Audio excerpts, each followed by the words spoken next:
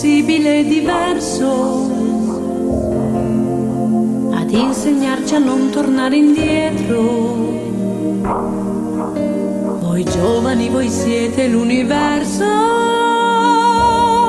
la mia voce. Domani ognuno andrà per la sua strada, conoscerà il lavoro e la fatica,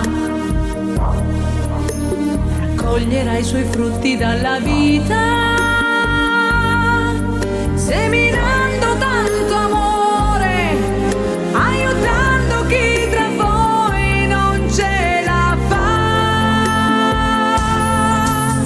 Spesso è sufficiente una parola, un gesto, una carezza data mai,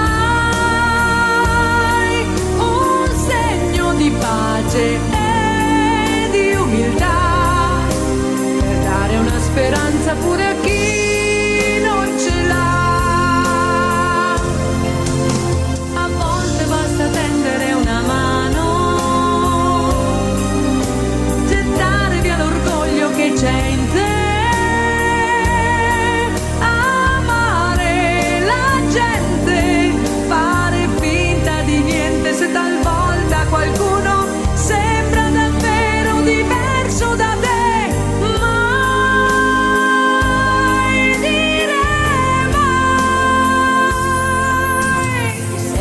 Sentire la sua voce, la messa è terminata, andate in pace,